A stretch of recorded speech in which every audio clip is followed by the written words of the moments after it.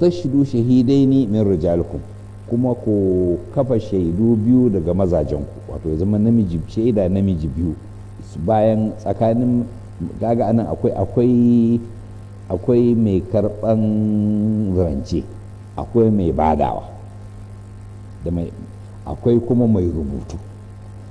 to kuma akwai shaidu biyu maza. fa in lam yakuna rajulaini fa rajulun wa imra'atan mimman tardawna min ash-shu'ata'i an tadilla ihdahuma wa tudhakkar ihdahuma al-ukhra. Idan ba a sami maza biyu ba to sai namiji ɗaya da mata biyu na wa'anda kuka yarje mana shahidu, domin in ɗaya ta manta an ce ta dilla, wato abin ya ɓace mata kenan, ba yana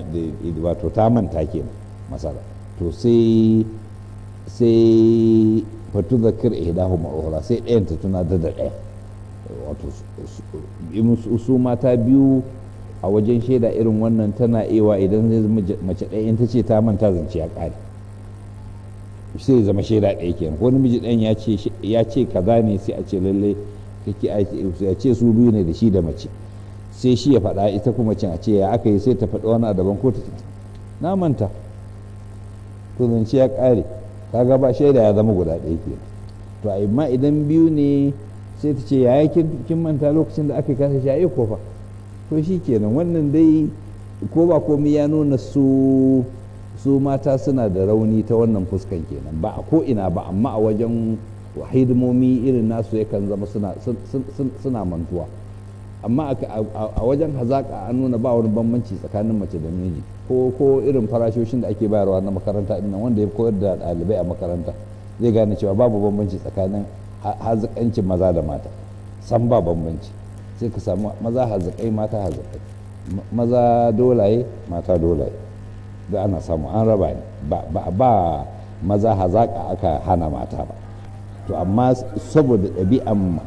mata suka rika haihuwa, suka rika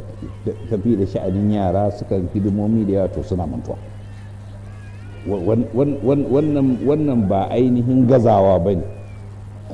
rauni ne bisa halitta, kuma wanda ya halicce mu shi ya ce hakan. akwai waɗansu mutane da sukan sa mana baki akan al'amarinmu, sai ce ai wai an mai da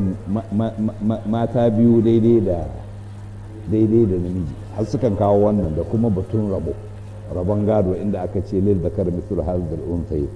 to ni ban san me yana su na sa mana baki a addinin mu ba. in ka tambayi matan mu'minai, kuna jin an cuce ku da aka ce lil zakar mithlu hadhal unthayi, za su maka ba wata mace mu'mina da take ganin an cuce ta.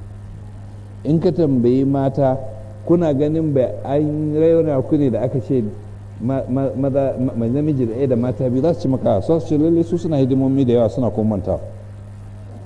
to su kuma wanda suke sa mana bakin ba su da lidzakar mithlu hadhal untha, ba su ma da gado, wanda su kuma suka rubuta takarda mutum yana da 'ya'ya ya ba kare gado. akwai wani da aka ce yana da kuɗi sai wasiya, in ya mutu dukiyar nan da zai bari a sami marayun kyanwoyi, in aka ga kyanwa a gari ba ta da galihu, to a ɗauke ta a ɗauki ɗawainiyanta a dukiyar da ya bari. to shi kenan sai aka yi gidan marayun kyanwoyi, duk lokacin aka tsinci kyanwa tana garari a gari ba mai ita, sai a kawo ta wannan arkace da ita dukiyar da ya bari, da ga ma'aikata suna ta musu aiki. to kuma yana da ya, sai ta ce ta bata san baba yana da wannan kuɗi mai yawa ba, amma shikenan ya riga ya ba kyanwa, ba shikenan ba an gama. to su da suke da wannan, muku a wurin mu da wani tun zai haka nan ba za mu yadda ba, tun da mu a wasiya a wurin mu gairu mudar, banda mai cutarwa. ana iya raddin wannan wasiyan da ya yi, sai in yi wasiya ya bisa maslaha ne ake iya iyakance ta ga sulusun dukiyarsa. mu muna da ka'idar nan kun ba shawara muka yi muka tattauna muka ga ya kamata a yi haka nan ba, wanda ya halicce mu ne ya saukar ya ce haka za a yi. shi kuma ala ya alama man khalaqa wa huwa latiful khabir, shi ya halicci mutane, shi ya san su. saboda haka duk dan adam duk inda ya kai da wayansa, duk abin da ya yi ƙarshe sai ya dawo ya yi itirafi da cewa yadda Allah ya yi ɗin shi ne fi. To mu dama tun farko ba muna gwaje-gwaje ne ba mu ga cewa Allah ya ce kaza to ya me ra'ayi ba mu da ra'ayi dangane muna ba mu tuhuman Allah mun imani wannan zance ne na Allah kuma abin da ya faɗa maslahan mu ne kuma mun yarda to ina me business din wani ya sa mana baki sai ya ji da nasa can tunda su shawara suke sai su shawarta su yadda suka ga ya dace amma mun yi imani da cewa mahalicinmu ne ya faɗi haka nan kuma mun yarda mun aminta to ina ruwanka ka daina sa mana baki kai sai ka yi naka idan ku a wurin ku ba ma a rubuta shaida ɗin ko kuma ana yin takardar ta wadatar ko wani abu kan oho dai ruwanku da ra'ayinku ne in gurin da ko ga ya ƙi maku tayo ku ce kila namu ya fi oho dai mu dama mun san ya fi ba dai business ɗin wani ne ya sa mana baki abin da muke ba. Allah da ya halicci maza da mata shi ya san cewa idan aka shaida maza biyu kuma shaida maza biyu a nan da ko namiji ɗaya da mata biyu a nan ya zo akwai wanda fuqaha suka ɗauko shigen irin wannan suka sa a wa'in so hukumce amma ba a duka ba a ko'ina ba ne ko'ina da yadda a ƙa'idan shaidan yake akwai inda yake ainihin shaidan mace yana daidai da namiji ne ba bambanci kamar misali a ganin wata misali adalai biyu sun ga wata hadda mace nan ba a ce sai namiji ɗaya da budin ba akwai batun cewa ya kin tuna muka ga wata din nan ai ba batun wannan bane ga wata an gani ka gani ko baka gani ba saboda haka nan idan adalai biyu suna iya zama mata duk cikansu ko maza duk cikansu ko namiji da mace a wani wuri kuma ainihin ko da mata nawa ne ma ba a karɓar shaidansu sai maza kawai kamar shaidu hudu da suke shaidan zina Allah kaɗai san hikiman da ya sa a wannan maza kawai guda hudu ila gairu banda mata 8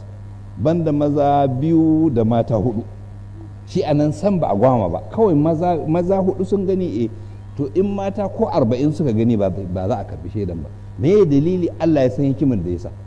illa iyaka to amma ko magarban gaskiya ba ta yi ba ne wa'yansu ama suka yi sallansu su gama ranar ba ta fada ba na ji kiran sallah ne lallai sauran kamar minti akalla 16 to shi kenan wasu kan yi sallah su gama tun rana ba ta fada ba shi kenan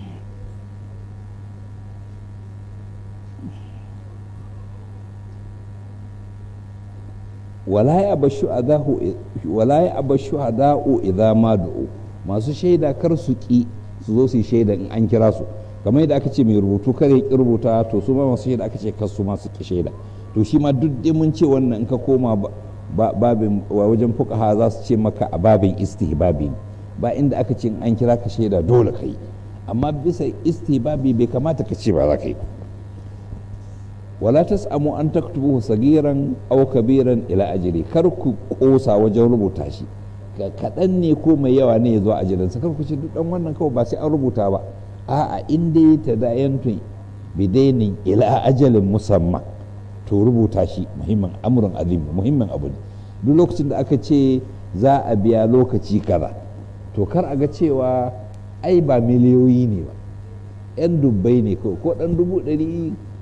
500 kawai sai an rubuta da ma ya kai miliyan 10 ne to kar a ce hakan a dai rubuta shi ya fi ya kai waye domin idan ya zama na wani abu yana iya faruwa ya zama na ko in ba a rubuta ba a rasa ya zama wanda ya karɓi haƙƙin ya tafi da haƙƙin lahira ko kuma ya zo ya manta shi kansa ya san akwai haƙƙi a kansa amma ya manta nawa ne ko wani abu mai kama da haka nan da lafiya lau dai tun da dai an rubuta kaga an sami mafita